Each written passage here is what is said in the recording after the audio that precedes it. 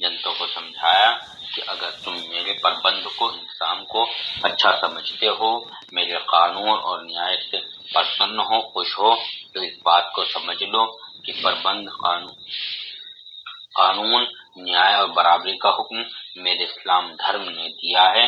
بس میں نے اسلام کی آگیاؤں کا پالن کیا ہے، آگمن احکامات کی پیروی کی ہے۔ یدی تمہیں یہ باتیں اچھی لگتی ہیں تو تم بھی اسلام دھرم کو سویکار کر لو۔ میری مورتی نہ بناؤ، نہ میری پوجا کرو، بلکہ خدا کو مانو اور اسلام کی آگیاؤں کا پورا پالن کرو۔ سیناپتی کی باتیں سن کر بہت سے لوگوں نے اسلام دھرم اپنا لیا اور مسلمان ہو گئے۔ اس کے الفاظ معنی دیکھ لیتے ہیں ہم۔ جلیان، پانی کا جہاز، آکرمن، حملہ، غرور، نردے، کٹھور ہردے، یدھ کوشل، فن جنگ، یدھ چترائی، پربند، انتظام،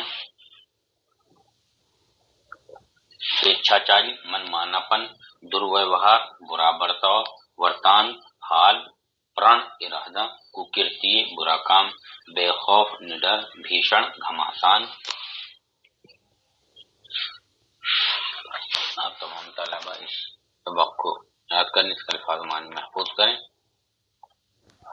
اور اپنی کاپی میں بھی نوٹ کریں، بار بار لکھنے کی پریکٹس کریں، مشق کریں، جس سے آپ کی تحریر بھی درست ہو۔ وَمَا عَلَيْنَا إِلَّا